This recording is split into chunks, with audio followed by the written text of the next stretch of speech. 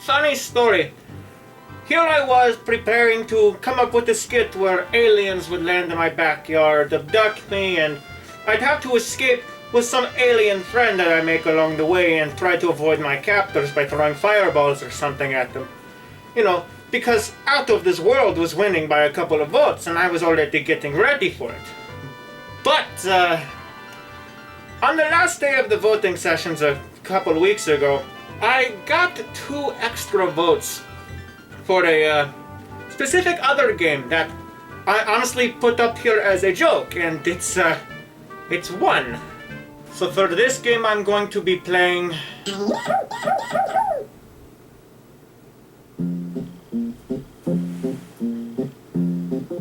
Hi, I'm Putt-Putt. Come join me on my adventure. I'm ready to go. Putt-Putt joins the parade. Okay, I get it. What? I think I just broke the game. I definitely broke it. That's a good start. I like this.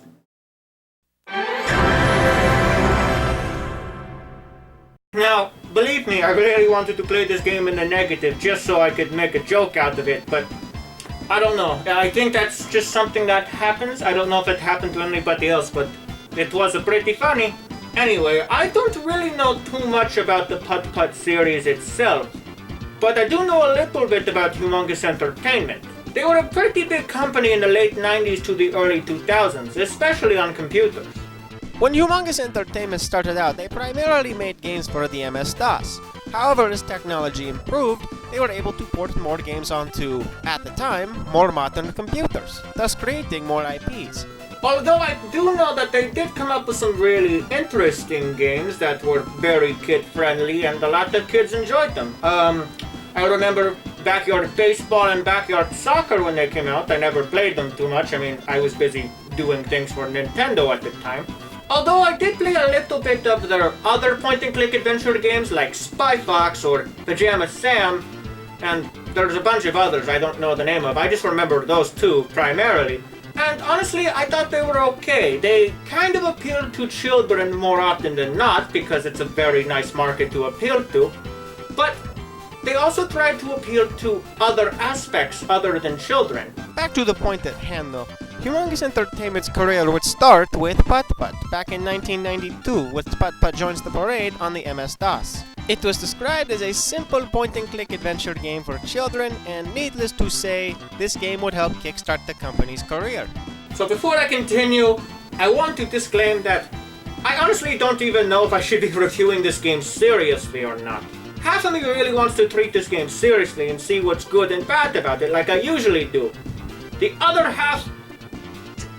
Look at it, I just want to make fun of it all day. So basically I'm going to be doing a little bit of both. But as usual, I will be looking at the story, the gameplay, and the soundtrack. Primarily just the gameplay, because the story doesn't seem too interesting obviously, and the soundtrack probably doesn't have much. Now I probably don't need to say this, but I'm going to anyway. There will be spoilers in this video. If you don't want to be spoiled on Putt-Putt's grand adventure, you might want to leave now. So, without further ado, let's see how Putt-Putt joins the parade. As the title says well enough, I guess.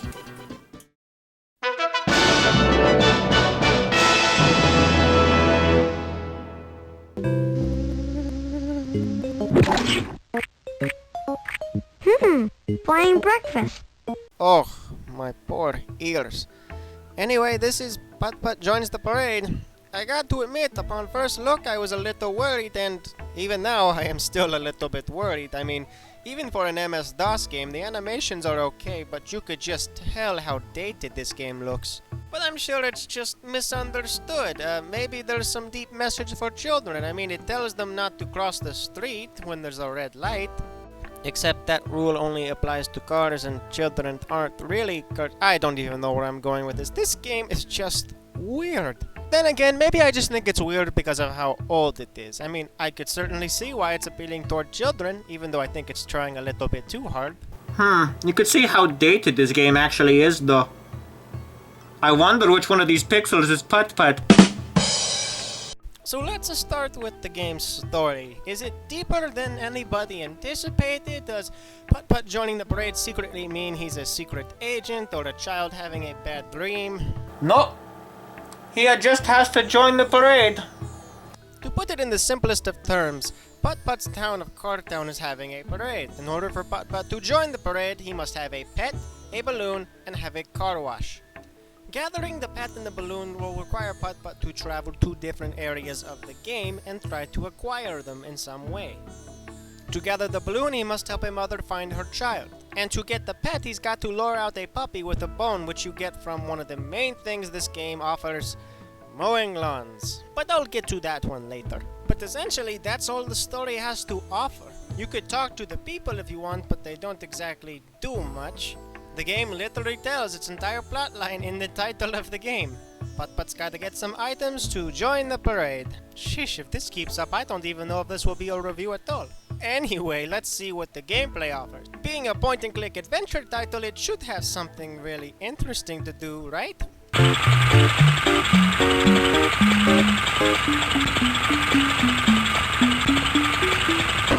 Putt-Putt, you did a great job of delivering those groceries. How would you like to deliver some more, huh? Oh, hello. Is there anything I can do for you?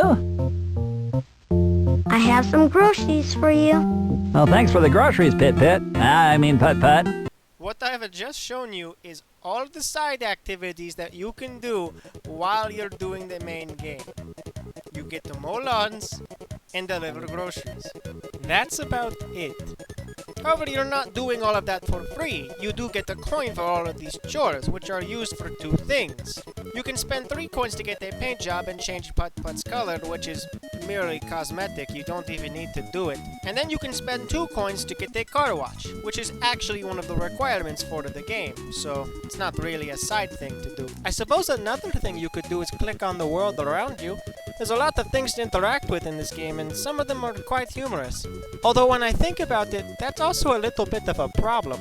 And forgive me for saying this, but I have the feeling that this game primarily focused more on the interactions with the world than on Putt-Putt himself. Now, I'm all for a mixture between interacting with the world and the actual game itself, but I think there was more of a focus on interacting with the world in this game. And whereas that might not seem like a huge problem for some people, I find it more distracting than others. Basically, if I'm having more fun with those interactions around me than what I'm supposed to do in the actual game, I treat that as an issue. It also doesn't help the game's target is children, so the puzzles are mind-numbingly easy for me, so I have a hard time finding things that I actually like about the game that the children would be ecstatic about. And don't even get me started on all the dumb jokes. Looks like it's time to wash the old windows. Wow, I can see again. Wait, to see through your windshield? What do you need eyes for? Why didn't you just wipe your eyes? I don't get what this is supposed to mean. Oh, I'm taking this so seriously. Do you see why I want to keep making fun of this game? It's because it's asking for it. It doesn't try to change anything other than being silly. That's not a bad thing, but it's just so distracting that I can't treat it seriously. But that's an overall summary of what the gameplay is like. It's got some very simple puzzles and some very boring chores and not a lot going for it. So let's go to the final portion of the review, the game's soundtrack. How does that stand out? The songs are actually kind of pleasant for a children's game. However, my biggest issue is that there's not a lot of them. I think there's only like 4 or 5, unless I missed a few.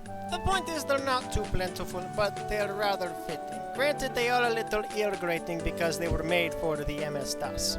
Okay, I got Putt-Putt a nice new paint job because green is definitely better than purple. Got him a balloon and a dog named Pep. It's a very weird name for a puppy, but I suppose there's worse. Okay, so what happens now? Come on, everybody. Let's go.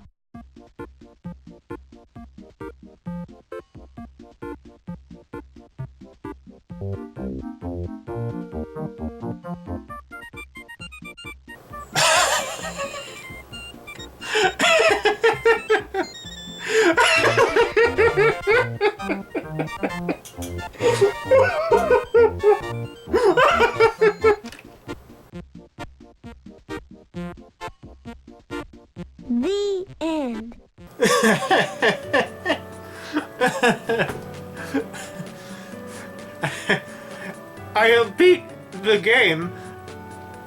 I beat Putt-Putt Joins the Parade. 45 minutes! Wow! This game is $7? I'm at such a loss for words right now. I expected there to be more, at least an hour and a half of gameplay. What are they trying to do here? I can't end it like this. I can't just go into the review now. I mean, that's too short. You know what? I'm gonna bite the bullet on this one. Let's buy a newer Putt-Putt game and see how that compares to this one. Let's just get Putt-Putt Enters the Race. That one looks more new. Okay, Pep, okay. Ready, Pep? Catch. What happened in the span of those couple of years? Did they change designers or something? Why does it look so much better here? Now, it's not the most impressive thing I've ever seen, don't get me wrong, but the change in quality and art style is apparent between the two of these. Now, granted, it's not the most impressive thing I've ever seen, but for a game made in 1998, some of the animation in this is actually quite admirable. But that still brings the question of what happened. Did they change designers? Was there a new person that came in and they just decided to redo everything? Was there better technology for them to work with? You know what? I think I've seen my share for the day. I mean, I could go on and talk about Pajama Sam or the Spy Fox series or Freddy Fish. Freddy Fish was the name of the series I forgot about. That's the one. Well, I could be doing any one of those if I felt like it, but I think I've wasted enough time playing a children's game like this. Bit hypocritical, I know. I am a character made for children specifically, but I think it's about time I review the game I started on, you know, Putt-Putt Joins the Parade. It's not like you could forget a game like that, so let's get started on that, shall we?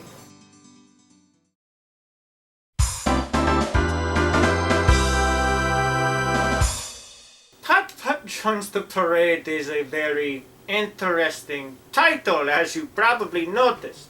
Now, looking back on it, I think $7 is a more appropriate price for the games because you can breeze by them in under an hour from what I've heard. And I know that the games are primarily aimed at children, so I shouldn't be judging it too harshly just because I could breeze by it.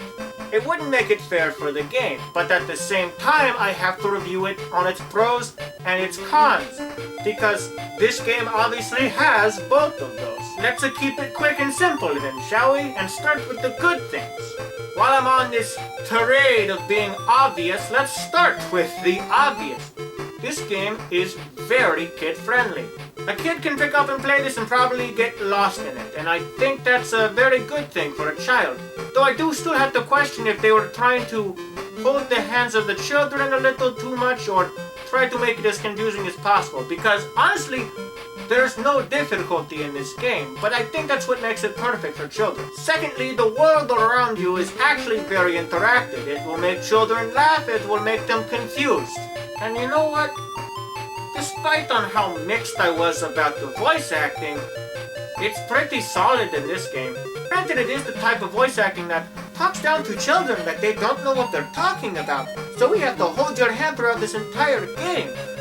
But they fit the characters themselves.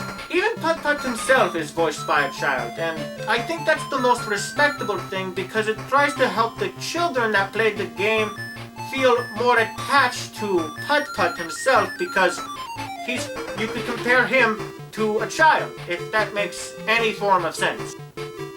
Basically, Putt-Putt being voiced by a child helps the player, which in this case is a child, connect to him, and I think that's the most important part. Obviously, there's some bad things about the game too. I suppose that was also obvious. Like I did with the good, let's also get the obvious out of the way. This game is really, really short.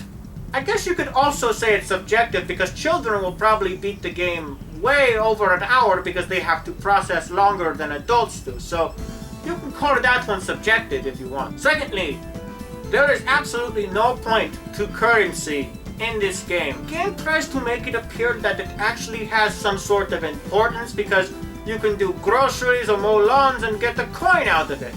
And what can you do with those coins? Get a car wash and change the color of Putt-Putt. That's your reward. I don't know if they had something more in mind or they wanted to spread that message of money is a bad thing and it cannot buy you happiness. I'm probably making that up, but I can't help but think they probably could have put more into it. I mean, when you change Putt-Putt's color, it's okay. It makes you feel like you actually changed something. Another thing I want to point out is that there's just no replayability in these games. You play them once, beat it, and that's basically it. I heard the later Putt-Putt games that try to change the interactivity a little bit by changing little things in the world or characters saying different things or items being in different places, but Putt-Putt Joins the Parade doesn't do any of that. You beat the game once, you've effectively seen it all. Now I know it may seem like I really had a terrible time playing this because I could have been playing Out of This World or even doing Baldur's Gate and actually get some playing time out of those games. I can't help but think that in a way this game kinda had more to it than it seemed. I like to imagine somewhere down the line they had something much more or something much more interesting. And everything I've said in this video is subjective. An adult might play this game and suddenly get nostalgic flashbacks of them playing it as a kid and enjoy it a lot more than I did, and that's fine.